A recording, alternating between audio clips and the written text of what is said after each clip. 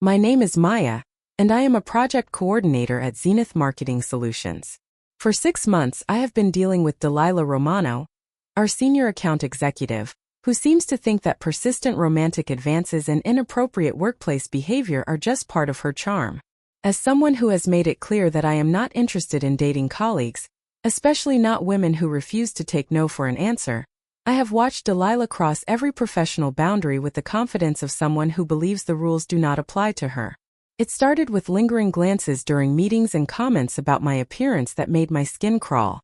But Delilah was about to learn that some people fight back, and I had been documenting every inappropriate interaction for months. The first incident happened during my second week on the job. I was organizing files in the supply room when Delilah appeared in the doorway, blocking my exit with what she probably thought was a seductive smile. "Maya, right? The new project coordinator," she said, stepping closer than necessary. "I have been meaning to introduce myself properly. I am Delilah, but you can call me Dee. All the pretty ones do." I tried to step around her, but she shifted to block my path again. "Excuse me, I need to get back to my desk," I said firmly. "No rush," she replied, her eyes scanning me in a way that made me deeply uncomfortable. "We should grab drinks after work.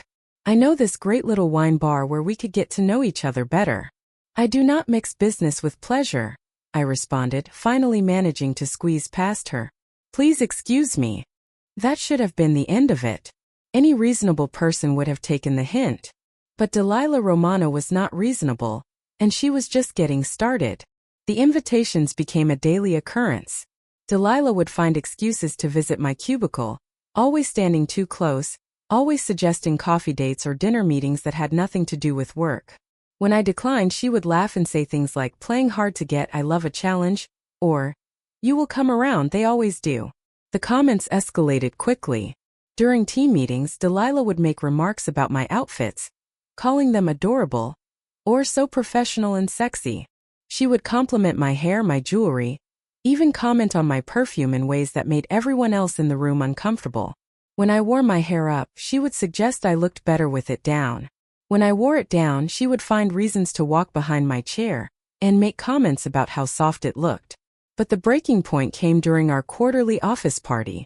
I was talking with Jennifer from accounting near the appetizer table when Delilah appeared beside me, already several drinks into the evening. "Maya, there you are," she said, her voice slightly slurred. "I have been looking everywhere for you.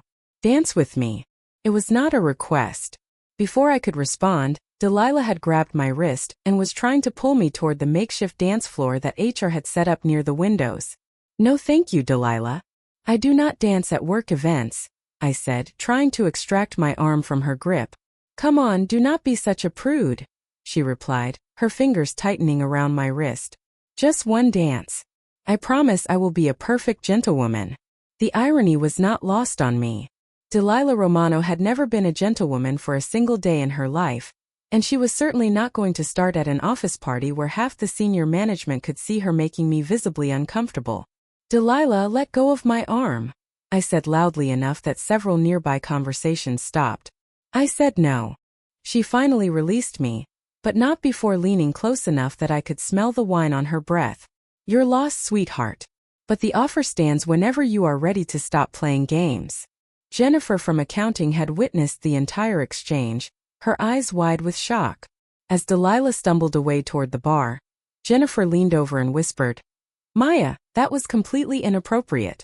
You should report her to HR." I had been thinking the same thing for weeks, but I knew I needed more than just my word against hers. Delilah was charming, successful, and had been with the company for 5 years. I was new, quiet, and had no allies in senior management. If I was going to file a complaint, I needed documentation that could not be dismissed or explained away. The next morning, I started keeping a detailed log of every interaction with Delilah. Date, time, location, witnesses present, exact quotes when possible. I also began forwarding myself copies of every email she sent me, especially the ones that contained personal comments disguised as work communication. The pattern became clear quickly. Delilah would send me work-related emails that always included inappropriate personal remarks. "Maya, attached are the client files for the Henderson account. By the way, you looked absolutely stunning in that blue dress yesterday." We really should discuss this project over dinner sometime. Let me know when you are free. XOXOD. Or, project timeline looks good, though I think we should schedule some one-on-one time to go over the details. My place or yours? Just kidding. Or am I? Call me. D. Every message was a perfect example of someone who thought they were being clever by mixing business with harassment. But Delilah had no idea that I had spent 2 years as a paralegal before joining Zenith, and I knew exactly what constituted a hostile work environment. The behavior escalated after the office party. Delilah began finding excuses to touch me during conversations, placing her hand on my shoulder or back when she leaned over to look at my computer screen. She would stand behind my chair for unnecessarily long periods, making comments about my work while her breath tickled my neck. The worst incident happened during a client presentation in Conference Room B. I was explaining our project timeline to the Hartwell Industries team when I noticed Delilah staring at me with an intensity that made my concentration falter. Every time I glanced in her direction, she would lick her lips or wink at me, completely oblivious to the fact that we were in a professional meeting with external clients. After the clients left, Delilah cornered me in the conference room. You were incredible in there, Maya. So confident, so articulate. It was actually quite attractive watching you take charge like that. Delilah, we need to maintain professional boundaries, I said, trying to gather my presentation materials and leave. Boundaries are overrated, she replied, moving to block the door again. You know there is chemistry between us. I can see it in your eyes when you look at me. What you are seeing is discomfort, I said clearly. I am not interested in you romantically, and I need you to stop making advances at work. This was the moment I had been waiting for. I needed Delilah to explicitly ignore a clear rejection so that my HR complaint would be unambiguous. She did not disappoint. Delilah laughed, a sound that sent chills down my spine. Maya, sweetie, you do not know what you want yet. Trust me, I have been doing this a lot longer than you have. Give it time. Doing what longer? I asked, genuinely curious about how she would incriminate herself further. Seducing beautiful women who think they are too professional for office romance. You are not the first and you will not be the last. But you will come around. They always do. Perfect. Delilah had just admitted to a pattern of workplace harassment, implied that she had done this to other employees, and explicitly stated her intention to continue pursuing me despite my clear rejection. I had everything I needed. That evening I compiled my documentation, 37 separate incidents over 4 months, including emails, witness statements from Jennifer and 2 other colleagues, and detailed notes about Delilah's admission of serial workplace harassment. But I knew that going to our internal HR department might not be enough. Delilah was friends with Linda from HR, and I had seen them having wine together after work multiple times. Instead, I reached out to my former boss from the law firm where I had worked as a paralegal. Patricia Williams was now a partner specializing in employment law, and she had always told me to call if I ever needed advice. Maya, what you are describing is textbook sexual harassment, Patricia said after reviewing my documentation. You have done an excellent job documenting everything, but I want you to consider something. Does Zenith have a parent company or corporate headquarters? I did some research and discovered that Zenith Marketing Solutions was owned by Global Media Partners, a massive corporation with strict harassment policies and a dedicated compliance hotline for subsidiary companies. Patricia helped me draft a formal complaint to Global Media Partners' Corporate Compliance Department, complete with all my documentation and a clear timeline of Delilah's behavior. We also included a section about the potential liability exposure if the harassment continued, or if there was retaliation for reporting it. The beauty of corporate compliance departments is that they take harassment reports very seriously, especially when the documentation is thorough and the legal implications are clear. Unlike local HR departments that might be influenced by office politics, corporate compliance exists specifically to protect the company from lawsuits. I submitted my complaint on a Tuesday morning and received confirmation that it had been forwarded to the appropriate investigators within 24 hours. By Thursday, I got an email requesting that I make myself available for a confidential interview with the corporate compliance team the following Monday. But Delilah was about to make my case even stronger. On Friday afternoon, she sent me an email that crossed every remaining line. Maya, I know you have been avoiding me lately, But I cannot stop thinking about you. I have never wanted someone as much as I want you right now. Meet me in my office after 5 p.m., and let me show you what you have been missing. I promise you will never want to go back to boring office relationships after you experience what I can do for you. This is your chance to be with someone who really appreciates your beauty. Do not make me wait much longer. D. I forwarded that email to Patricia immediately, along with a copy to my personal email account. Delilah had just provided the smoking gun for my harassment complaint, complete with explicit sexual propositions and implied consequences for continued rejection. The corporate compliance interview was scheduled for Monday at 9 a.m. in conference room A. What I did not expect was to see Delilah sitting in the hallway when I arrived, her usual confidence replaced by barely concealed panic. The investigators were thorough and professional. They walked me through each incident, verified my documentation, and asked detailed questions about the impact on my work environment. They also informed me that they had received corroborating statements from Jennifer and my other colleagues who had witnessed Delilah's behavior. Ms. Chun, the lead investigator said, we want you to know that Global Media Partners takes these allegations very seriously. We will be conducting additional interviews over the next week, and we expect to have preliminary findings by Friday. As I left the conference room, I saw Delilah still waiting in the hallway, now accompanied by Linda from HR. The look of terror on Delilah's face told me everything I needed to know. She finally understood that her behavior had consequences, and those consequences were about to become very real. But the story was not over yet. Corporate compliance departments do not just investigate harassment complaints. They audit everything. And Delilah was about to discover that her pattern of inappropriate behavior had created liability issues that went far beyond my individual case.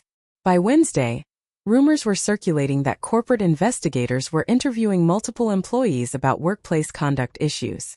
By Thursday, I learned that 2 other women had come forward with their own complaints about Delilah's behavior, including Jessica from the creative department who had been harassed the year before, but had been too intimidated to report it. Friday morning, I received an email requesting that I attend a brief follow-up meeting at 2 p.m. When I arrived at conference room A, I found the lead investigator waiting with a woman I did not recognize. Ms. Chun, this is Amanda Foster, the Regional HR Director for Global Media Partners. She wanted to speak with you personally about the results of our investigation. Amanda Foster was exactly the kind of corporate executive who did not tolerate nonsense. Her handshake was firm, her expression serious, and her voice carried the authority of someone who had handled thousands of workplace situations. Maya, I want to thank you for bringing this situation to our attention. Your documentation was exemplary, and your professionalism throughout this process has been noted. I also want you to know that we have substantiated your complaints and taken appropriate disciplinary action. What kind of disciplinary action? I asked, though I suspected I already knew the answer. Ms. Romano's employment with Zenith Marketing Solutions has been terminated, effective immediately. Additionally, we have identified systemic issues in the local our department's handling of workplace conduct complaints. Linda Martinez has been placed on administrative leave pending further investigation. This was better than I had ever hoped. Not only had Delilah been fired, but the HR person who might have covered for her was also being investigated. Corporate compliance had cleaned house completely. Amanda continued, we are also implementing mandatory harassment prevention training for all employees and establishing a direct reporting line to corporate compliance for future incidents. We want to ensure that this type of behavior never happens again at any of our subsidiary companies. As I walked back to my desk, I felt a sense of relief that I had not experienced in months. The constant tension, the daily anxiety about unwanted advances, the fear that my professional reputation might be damaged by Delilah's behavior, all of it was finally over. But the best part was yet to come. As I rounded the corner toward my cubicle, I saw Delilah at her desk, frantically packing her personal belongings into a cardboard box under the watchful eye of a security guard. Her face was red, her eyes puffy from crying, and her usual perfect hair was disheveled from running her hands through it. When she looked up and saw me approaching, the expression that crossed her face was pure devastation. She finally understood that her pattern of harassment had not only cost her this job, but would likely follow her to any future employment opportunities. Corporate terminations for sexual harassment are not the kind of thing that stays hidden in reference checks. I walked past her desk without saying a word, sat down at my computer, and opened my email.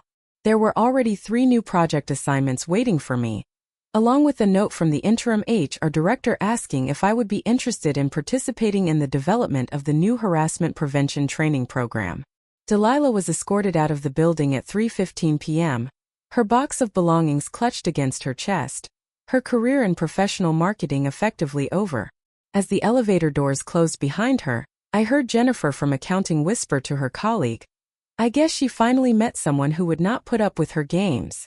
I opened my laptop and began working on the Henderson account timeline, the same project that had started this whole nightmare months ago.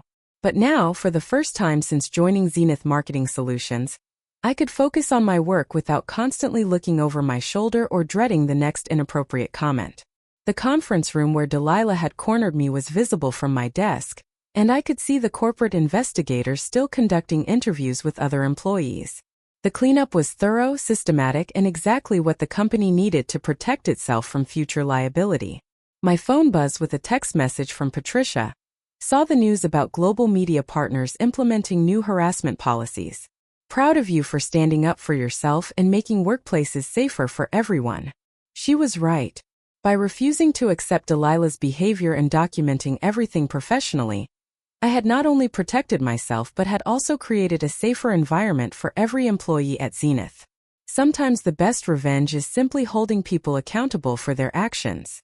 As 5 o'clock approached, I packed up my materials and prepared to leave for the weekend. The office felt different now, lighter, more professional, free from the toxic energy that Delilah had brought to every interaction. I walked past the empty desk where she had worked for 5 years, building her reputation as someone who could charm clients and close deals. The corporate motivational posters on the wall seemed more authentic now. Respect, integrity, professional excellence. Words that actually meant something again. The security guard was still stationed near the elevator, a reminder that the company was taking workplace safety seriously now. As I waited for the elevator to arrive, I reflected on how different things might have been if I had not documented everything. If I had not known about corporate compliance procedures, if I had simply accepted Delilah's behavior as an unavoidable part of office life. The elevator doors opened and I stepped inside, pressing the button for the ground floor. Through the glass walls of the office, I could see the lights being turned off in Conference Room B, where this whole situation had reached its turning point just 1 week ago. As the elevator descended, I smiled for the first time in months. Delilah Romano had spent 6 months trying to convince me that resistance was futile, that everyone eventually gave in to her advances. She had been wrong about that and about so many other things. The lobby was nearly empty as I walked toward the exit, my footsteps echoing on the polished marble floor. Monday would bring new projects, new challenges, and hopefully new colleagues who understood the meaning of professional boundaries. But for now, it was enough to know that justice had been served, documentation had been valued over charm, and corporate policies had protected the people they were designed to protect. I pushed through the glass doors into the evening air, leaving behind the building where Delilah Romano had learned the hardest lesson of her professional life. Some people fight back, and when they do, they fight to win.